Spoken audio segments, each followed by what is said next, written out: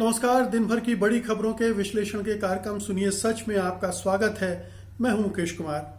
तो दोस्तों, शुरू करते हैं आज का सुनिए सच। आज की खास खबरों पर नजर डालते हुए, एक और किसान ने की आत्महत्या, आंदोलन तेज करेंगे किसान। हर्षवर्धन ने कहा, पहले दौर में केवल 3 करोड़ लोगों को मुफ्त टीका। कटघरे में न्यायपालिका, बोबडे ने जस्टिस रमन्ना से जवाब मांगा। योगी अब धार्मिक स्थलों पर शिकंजा कसने के लिए लाएंगे अध्यादेश। कश्मीर में सतपाल को मिला डोमिसाइल तो आतंकियों ने की हत्या। खास खबरों पर नजर डालने के बाद अब वक्त है आज की बड़ी खबरों के विस्तार से विश्लेषण का। लेकिन उसके पहले आपसे 2 छोटी गुजारिशें। पहली तो ये कि satyhindi.com का ऐप आ गया है। आप इसे कृपया गूगल प्ले स्टोर से डाउनलोड कर लीजिए या फिर इस वीडियो के साथ दिए गए डिस्क्रिप्शन में उसका लिंक है, वहां से आप डाउनलोड कर सकते हैं। दूसरी गुजारिश ये है कि satyhindi.com को आत्मनिर्भर बनाने के लिए आर्थिक योगदान दीजिए, क्योंकि अच्छा काम, अच्छी पत्रकारिता के लिए भी धन की जरूरत पड़ती है। और आप अगर गोदी मीडिया के बारे में ये सोचते हैं कि वो गुमराह करता है, खबरों को तोड़ता मरोड़ता है, तो स्वतंत्र पत्रकारिता के साथ आना होगा आपको। और satyhindi.com स्वतंत्र पत्रकारिता पर ही भरोसा करता है और पत्रकारिता के उसूलों पर ही काम कर रहा है। उम्मीद है कि पत्रकारों द्वारा संचालित satyhindi.com को आप ये सहयोग जरूर प्रदान करेंगे। तो आइए अब शुरू करते हैं आज की खास खबरों के विश्लेषण का सिलसिला। सबसे पहले लेते हैं आज की सबसे अहम खबर। कड़ाके की ठंड में कृषि कानूनों के खिलाफ प्रदर्शन कर रहे किसानों के हौसले बुलंद तो हैं, लेकिन इस दौरान किसानों की मौतें भी लगातार हो रही हैं। शुक्रवार को दिल्ली उत्तर प्रदेश सीमा पर गलतान सिंह नाम के किसान की ठंड से मौत हो गई थी, मगर अब एक किसान की खुदकुशी की भी खबर आ गई है। गाजियाबाद के यूपी गेट पर एक किसान ने शौचालय में शनिवार को आत्महत्या कर ली। आत्महत्या करने वाले किसान का नाम कश्मीर सिंह था और वो 75 साल के थे। उनके पास से एक सुसाइड नोट भी मिला है, जिसमें उन्होंने अपनी अंतिम इच्छा में कहा है कि उनका अंतिम संस्कार दिल्ली उत्तर प्रदेश सीमा पर ही होना चाहिए। अपनी मौत का जिम्मेदार सरकार को बताते हुए उन्होंने लिखा है कि आखिर हम कब तक यहाँ सर्दी में बैठे रहेंगे। ये सरकार सुन नहीं रही है और इसलिए अपनी जान देकर जा रहा हूँ ताकि कोई हल निकल सके। इसके बाद गाजियाबाद पुलिस पूरे मामले की जांच में जुट गई है। मृतक किसान उत्तर प्रदेश के रामपुर जिले के बिलासपुर के रहने वाले हैं। भारतीय किसान यूनियन ने कहा है कि यह बहुत ही दुख का विषय है कि सरदार कश्मीर सिंह लाडी ने आत्महत्या कर ली। बता दें कि अब तक करीब 50 से अधिक किसानों की मौत आंदोलन के दौरान हो चुकी है। वहीं दूसरी ओर किसानों ने अब अपना आंदोलन तेज करने की ठान ली है। उनका कहना है कि अगर सरकार 4 जनवरी को नहीं मानती है तो 26 जनवरी गणतंत्र दिवस को दिल्ली में ट्रैक्टर रैली निकाली जाएगी। इसके अलावा हरियाणा में मॉल और पेट्रोल पंप बंद करवाने की भी चेतावनी दी गई है, तो कुंडली मानेसर हाईवे पर ट्रैक्टर मार्च करने की भी घोषणा कर दी गई है। उधर हरियाणा के जींद जिले की 10 खाप पंचायतों ने ऐलान किया है कि वे बीजेपी जेजेपी के नेताओं को बांगड़ इलाके में घुसने नहीं देंगे। तो 3 बड़ी खबरें हैं। एक तो इतनी भयानक ठंड है, आपको शायद जानकारी होगी कि दिल्ली के आसपास पारा 1 डिग्री सेल्सियस से भी नीचे चला गया है। आप समझ सकते हैं, हाड़ कपाने वाली ठंड, जमाने वाली ठंड है। और उसमें लाखों किसान सड़कों पर, तंबुओं में, ट्रैक्टरों के नीचे, ट्रॉली के नीचे जमे हुए हैं। ये उनके हौसले हैं, उनकी कटिबद्धता है, संकल्पबद्धता है, जिसको सलाम किया जाना चाहिए। लेकिन इसे देखकर सरकार बिल्कुल भी हिल नहीं रही है। सरकार के कानों में जूं नहीं रेंग रही है। सरकार असंवेदनहीन हो गई है, असंवेदनशील हो गई है। और इस तरह के हालात बन गए हैं कि 40 दिनों बाद भी ऐसा लगता है कि अभी किसानों को पता नहीं कब तक ऐसी कड़ाके की ठंड में वहां रहना पड़ेगा। और उसमें लगातार मौतें हो रही हैं। 50 से ज़्यादा किसान इस आंदोलन के दौरान जगह जगह पर शहीद हो चुके हैं। ये दूसरी आत्महत्या है इस आंदोलन के सिलसिले में इसे आप हाराकीरी कह सकते हैं। जापान में अपनी आंदोलन की, अपनी मांगों को मनवाने के लिए वहाँ एक खास तरह की आत्महत्या होती है जिसे हाराकीरी कहा जाता है। तो ये किसान हाराकीरी कर रहे हैं सरकार को जगाने के लिए, सरकार के बहरे कानों तक आवाज़ पहुंचाने के लिए। और ये बहुत ही दुखदाई है, दर्दनाक है कि हमारे किसान इस तरह से अपनी जान देने पर विवश कर दिए गए हैं। तो ये निश्चित रूप से सरकार की कहना चाहिए कि हृदयहीनता है जिसकी वजह से ये हो रहा है। दूसरा, किसान समझ रहे हैं कि सरकार के इरादे बहुत अच्छे नहीं हैं, वो बहुत उदार दिल से बातचीत नहीं कर रही, खुले मन से बातचीत नहीं कर रही, उनकी मांगों को स्वीकार करने के लिए तैयार नहीं है। और ऐसे में आंदोलन तेज करना पड़ेगा, लंबा तो चलेगा ही, तो उन्होंने अपने आंदोलन को तेज करने की घोषणाएं भी कर दी हैं। हरियाणा में जो बीजेपी जेजेपी की सरकार है वो डावाडोल है, क्योंकि जेजेपी पर जबरदस्त दबाव पड़ रहा है तमाम किसान समुदाय का। और वहाँ की खापों ने भी घोषणा कर दी है कि उसका बहिष्कार किया जाएगा, उनको अपने इलाकों में घुसने भी नहीं दिया जाएगा। तो हरियाणा की सरकार ये मान लीजिए कि अब खतरे के में चल रही है, डावाडोल है, कभी भी वो गिर सकती है। जेजेपी पर बहुत ज़बरदस्त दबाव है कि वो किसान आंदोलन के साथ जुड़े। जेजेपी जीती ही किसानों के वोट पर है, वो बहुत दिनों तक उसकी अवहेलना अनदेखा नहीं कर सकती है, और अगर करेगी तो उसको इसकी सज़ा भुगतनी पड़ेगी। अभी जो चुनाव हुए हैं स्थानीय निकायों में, उसमें भी उसे नुकसान उठाना पड़ा है। तो राजनीतिक समझदारी कब जागेगी जेजेपी में, ये देखने की बात है। अगली खबर लेते हैं। स्वास्थ्य मंत्री हर्षवर्धन को आज कोरोना के टीके को लेकर धर्म संकट का सामना करना पड़ गया और सफाई भी देनी पड़ गई। दरअसल केंद्रीय मंत्री ने पहले कहा था कि देश भर के लोगों को कोरोना वैक्सीन मुफ्त में दी जाएगी, लेकिन बाद में उन्होंने सफाई देते हुए कहा कि टीकाकरण के पहले दौर में कोरोना की मुफ्त वैक्सीन देश भर में 1 करोड़ हेल्थ केयर वर्कर्स और 2 करोड़ फ्रंट लाइन वर्कर्स को मिलेगी। इसके अलावा बचे 27 करोड़ लोग कौन लोग होंगे जिनका टीकाकरण जून तक होना है, इस बारे में जुलाई तक फैसला कर लिया जाएगा, और ये भी बाद में तय किया जाएगा कि उन्हें मुफ्त टीका मिलेगा या नहीं। दूसरी ओर कोरोना वायरस से लड़ने के लिए ऑक्सफोर्ड की वैक्सीन को मंजूरी मिलने के बाद सरकार ड्राई रन में जुट गई है। देश के सभी राज्यों और केंद्र शासित प्रदेशों में ड्राई रन किया जा रहा है। इस बीच विशेषज्ञों की टीम ने आज भारत बायोटेक की कोवैक्सीन को मंजूरी देने पर भी विचार किया। सरकार देशवासियों को मुफ्त कोरोना वैक्सीन देने के मामले में लगातार अपने बयान उलट पलट रही है।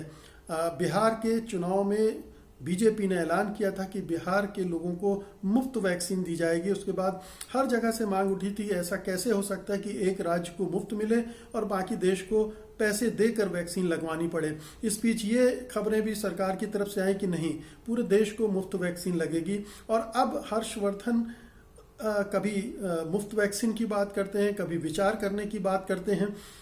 अभी जो 3 करोड़ लोगों को लगाया जा रहा है वो तो मुफ्त होगी, 27 करोड़ लोगों को और जून तक लगनी है। शायद उसके बारे में अभी विचार करेगी सरकार और फिर बताएगी कि उनसे कुछ धन वसूला जाएगा या नहीं। और बाकी जो पूरे देश को लगना है उसके बारे में जुलाई में तय करेगी कि पूरे देश को जो वैक्सीन लगना है, जो टीके लगाए जाने हैं, उसका वो मुफ्त होंगे या उसकी कीमत वसूली जाएगी। कायदे से इस तरह के टीके को, जैसे पोलियो मुक्त भारत का अभियान था, उसी तरह से कोरोना मुक्त भारत का अभियान होना चाहिए और ये वैक्सीन भी उसी तरह से मुफ्त लगाई जानी चाहिए ताकि कोरोना को जल्द से जल्द भगाया जा सके। अगर जहां ही उस पर मुफ्त का टैग हटा और खरीद के लगवानी पड़ी तो उसमें पूरा अभियान को धक्का लग सकता है। आप जानते हैं कि इस कोरोना क्राइसिस ने बहुत सारे करोड़ों की आबादी की कमर तोड़ दी है, आर्थिक कमर तोड़ दी है, और बहुत सारे लोग इसको वहन नहीं कर पाएंगे इस खर्च को। तो ये सरकार को ध्यान रखना चाहिए कि सार्वजनिक स्वास्थ्य के लिए वो इसे मुफ्त करे और तुरंत घोषणा करे। इस मामले में किसी तरह की गलतफहमी नहीं होना चाहिए, किसी तरह का भ्रम की स्थिति नहीं होनी चाहिए। ये सरकार के अपने भ्रम को भी दर्शाता है कि सरकार खुद ही तय नहीं कर पा रही कि क्या करना है, जबकि पिछले 5-6 महीनों से लगातार ये चर्चाएं हो रही हैं कि वैक्सीन सरकार मुफ्त देगी या नहीं देगी। सरकार कभी आगे जाती है, कभी पीछे हटती है। तो ये सरकार की मनोदशा को, सरकार के धर्म संकट को और सरकार की फैसले न लेने की जो सोच है उसको जाहिर करता है। तो ये एक सरकार के ऐसे नाजुक मौकों पर इस तरह की मन स्थिति बहुत ही स्वस्थ नहीं कही जा सकती है, और ये स्वास्थ्य का को लेकर जो बड़ी चुनौती सामने है उससे जूझने के लिए तो ये बिल्कुल भी सही नहीं है। अगली खबर लेते हैं। सुप्रीम कोर्ट के जज जस्टिस एन.वी. रमन्ना और आंध्र प्रदेश के मुख्यमंत्री जगन मोहन रेड्डी के बीच का विवाद गहराता जा रहा है। टाइम्स ऑफ इंडिया के अनुसार मुख्य न्यायाधीश जस्टिस एस.ए. बोबडे ने जस्टिस रमन्ना से कहा है कि वे जगन मोहन रेड्डी के आरोपों का जवाब दें।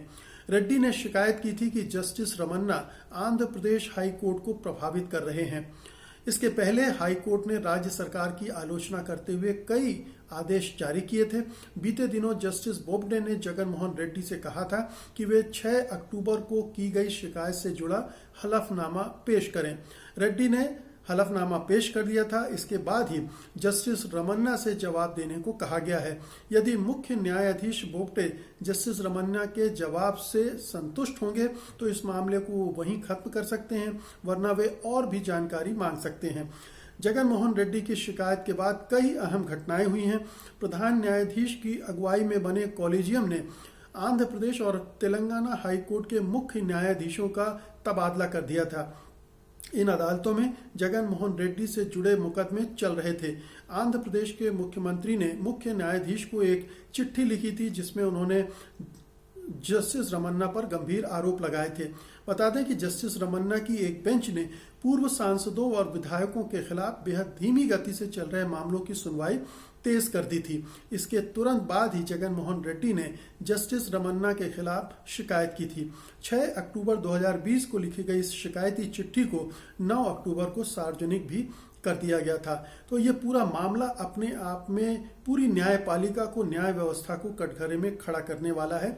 एक प्रदेश का मुख्यमंत्री सुप्रीम कोर्ट के एक सीनियर जज को, जो कि जस्टिस बोबडे के बाद प्रधान न्यायाधीश बनने जा रहा है, उस पर आरोप लगाता है। उन आरोपों को सार्वजनिक कर दिया जाता है।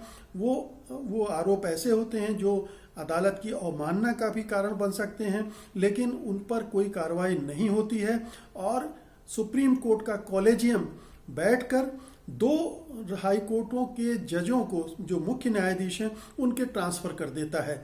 उसके पहले जगन रेड्डी प्रधानमंत्री मोदी से मिलते हैं और फिर अभी 2 दिन पहले आंध्र हाई कोर्ट के जस्टिस राकेश कुमार ने कहा है कि जो ये ट्रांसफर हुए हैं मुख्य न्यायाधीशों के, उसकी वजह से जो मामले जगन रेड्डी के चल रहे थे उनमें लेट लतीफी हुई और उसका फायदा जगन रेड्डी को मिल रहा है। जगन रेड्डी के खिलाफ 31 मामले दर्ज हैं।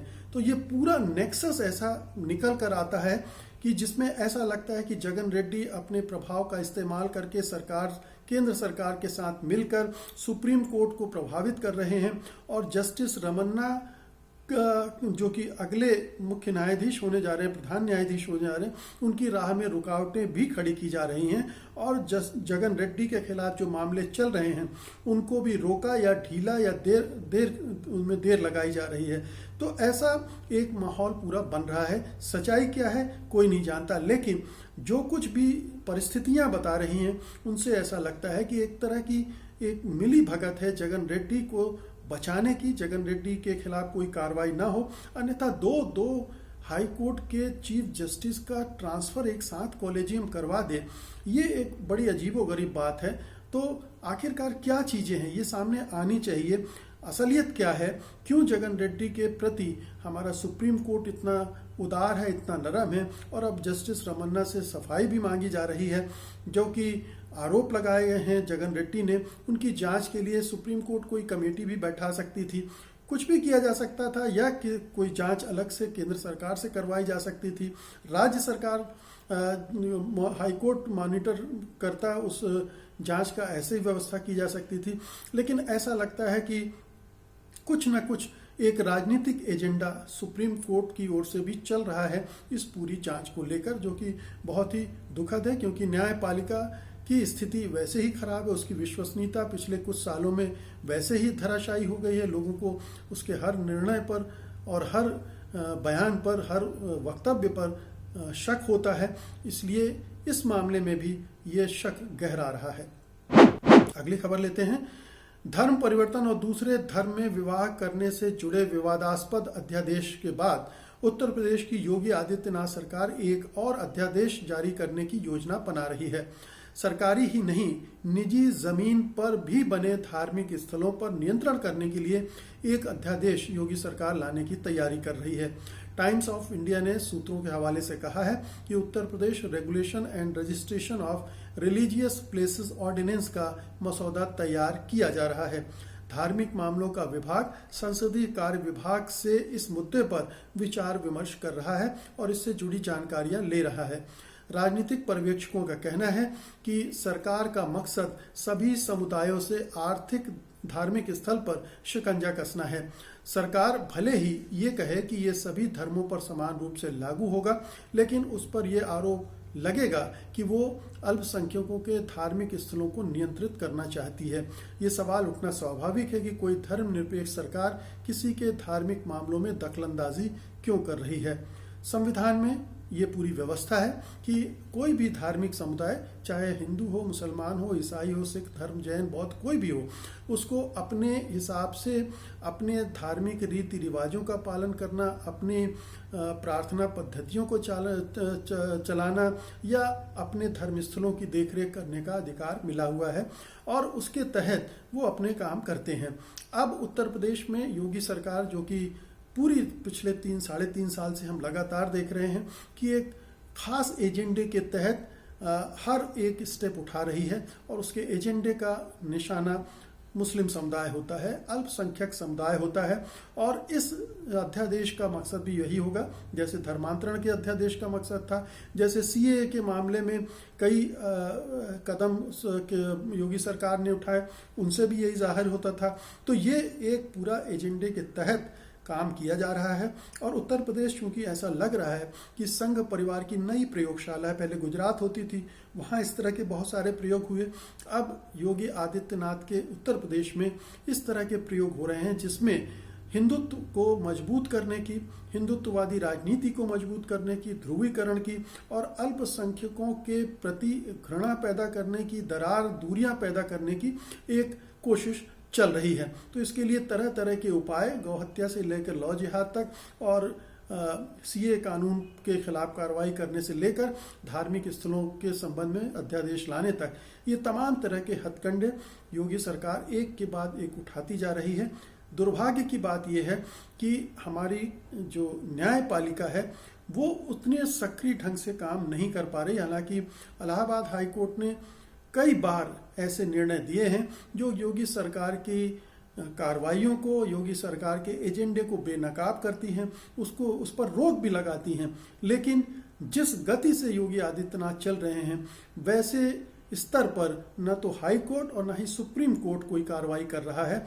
और एक माहौल जो पूरे उत्तर प्रदेश में इस समय बन गया है, भय का, आतंक का, वो किसी भी तरह से कम होते हुए नहीं लग रहा, बल्कि लगातार बढ़ता जा रहा है। और चूंकि 2022 में चुनाव है उत्तर प्रदेश में, तो ये उसकी तैयारी के रूप में भी आप देख सकते हैं कि लगातार एक तरह का असुरक्षा का वातावरण पैदा करना, हिंदुओं में इस तरह की भावना का भरना कि मुसलमान आपके खिलाफ हैं, मुसलमानों को दबा कर रखना पड़ेगा, मुसलमानों को प्रताड़ित किया जाना चाहिए और आप एकजुट होइए, और आप एकजुट होइए, बीजेपी के साथ एकजुट होइए, उसे जिताइए। इस तरह की एक पूरी राजनीति की बिसात उत्तर प्रदेश में बिछा दी गई है और इसके बहुत ही भयानक परिणाम हमें आने वाले दिनों में देखने को मिल सकते हैं। तो ये बहुत दुर्भाग्यपूर्ण है कि योगी अपनी करते जा रहे हैं और उन पर कोई लगाम लगाने वाला है नहीं। अब आज की अंतिम खबर लेते हैं। आतंकियों ने गुरुवार की शाम को जम्मू कश्मीर की राजधानी श्रीनगर में स्थित एक ज्वेलरी की दुकान के मालिक सतपाल निश्चल को गोली मारकर मौत के घाट उतार दिया। 70 साल के सतपाल निश्चल को कुछ ही हफ्ते पहले अधिवास यानी डोमिसाइल प्रमाण पत्र मिला था। डोमिसाइल प्रमाण पत्र के अनुसार ऐसे लोग जो जम्मू कश्मीर में 15 साल से रह रहे हैं वो वहां अब स्थायी तौर पर रह सकते हैं और जमीनें खरीद सकते हैं। सतपाल निश्चल को आतंकियों ने सराय बाला स्थित उनकी दुकान में गोलियां मारी। आतंकी संगठन द रेजिस्टेंस फ्रंट TRF ने इस हमले की जिम्मेदारी ली है और कहा कि ऐसे बाहरी लोग जिन्हें डोमिसाइल का सर्टिफिकेट मिला है वे सभी RSS के एजेंट हैं। इस आतंकी संगठन ने कहा है कि वे ऐसे सभी लोगों के नाम और पते जानते हैं और ये भी जानते हैं कि वे क्या करते हैं। TRF ने चेतावनी दी है कि अगला नंबर ऐसे ही लोगों का है। ये साफ है कि आतंकियों ने उन सभी लोगों में दहशत फैलाने के लिए हत्या की है जिन्हें जम्मू कश्मीर प्रशासन डोमिसाइल दे रहा है। तो ये बहुत पहले से साफ है कि केंद्र सरकार का एजेंडा जम्मू कश्मीर की जो सामाजिक संरचना है उसको बदलने का है। वहाँ जो कश्मीर वाला इलाका है या कुछ और ज़िले हैं जम्मू के जहां पर मुसलमानों की संख्या ज़्यादा है, वहां ज़्यादा से ज़्यादा हिंदुओं को बसाकर उनकी संरचना बदल देना है ताकि उन इलाकों में बीजेपी की पैठ बढ़ जाए, मुसलमानों का डोमिनेंस कम हो जाए और उस पूरे राज्य की पकड़ अपने हाथ में रखी जा सके और हिंदुओं का वर्चस्व कायम किया जा सके। तो एक हिंदुत्ववादी एजेंडा का हिस्सा है जम्मू कश्मीर की पूरी सामाजिक संरचना को, डेमोग्राफी को चेंज करना, जैसे कि इजराइल ने किया है और लगातार वहाँ संघर्ष हो रहा है। तो यहाँ भी जब इस तरह की भावना हमारी सरकार में है तो उसकी प्रतिक्रिया भी हो रही है और ये भी पहले से सोची हुई बात है कि ये होगा ही, क्योंकि ये सरकार ने जो कुछ भी किया है 35A को हटाया है, धारा 370 को हटाया है, तो उसके पीछे उसका एक बड़ा एजेंडा यही था कि वहाँ हिंदुओं की बहुतायत कर दी जाए और मुसलमानों की आबादी कम हो जाएगी तो राजनीति पर वर्चस्व हिंदुओं का हो जाएगा, हिंदूवादियों का हो जाएगा और फिर हम अपने हिसाब से चीज़ें कर सकेंगे। तो उसका रिएक्शन हो रहा है दूसरे तरफ से और ये हत्याओं का एक नया सिलसिला शुरू हो गया है। पता नहीं, ये केंद्र सरकार तो कहती है कि जम्मू कश्मीर में अब सब कुछ ठीक ठाक है, सारी व्यवस्था कर ली गई है, आतंकवादियों का सफाया काफ़ी हद तक कर दिया गया है और सब सुरक्षित हैं, अब कोई दिक्कत नहीं है। तो फिर ये हत्याएं क्यों हो रही हैं? इन हत्याओं को केंद्र सरकार क्यों नहीं रोक पा रही है? ये तो हिंदू हैं, इनको उसका संरक्षण क्यों नहीं मिल पा रहा है? तो बहुत सारे सवाल हैं सरकार की नीतियों को लेकर, सरकार के कामकाज करने के ढंग को लेकर, सरकार के एजेंडे को लेकर। और जम्मू कश्मीर जिस तरह से जिस दिशा में जा रहा है, एक खतरनाक विस्फोटक स्थिति वहां कभी भी निर्मित हो सकती है और उसके परिणाम हमें राष्ट्रीय और अंतर्राष्ट्रीय स्तर पर भुगतने पड़ेंगे। तो ये बहुत दुखद है कि सरकारी नीतियों के वजह से बहुत सारे निर्दोष लोग भी मारे जा रहे हैं। दोस्तों, ये थी आज की खास खबरें और उनका विश्लेषण। उम्मीद है कि आप इसे पसंद करेंगे, इस वीडियो को लाइक करेंगे और शेयर करेंगे। और अब मुझे अनुमति दीजिए, लेकिन जाने से पहले पुरानी जो 2 गुजारिशें मैंने शुरू में की थी वो फिर दोहराऊंगा कि sathhindi.com के ऐप को डाउनलोड कीजिए और sathhindi.com की सदस्यता ग्रहण कीजिए। अब मुझे अनुमति दीजिए, सोमवार की शाम को मैं फिर हाजिर होऊंगा सोमवार की बड़ी खबरों के विश्लेषण के लिए। तब तक के लिए नमस्कार। सत्य हिंदी का ऐप डाउनलोड करें गूगल प्ले स्टोर पर।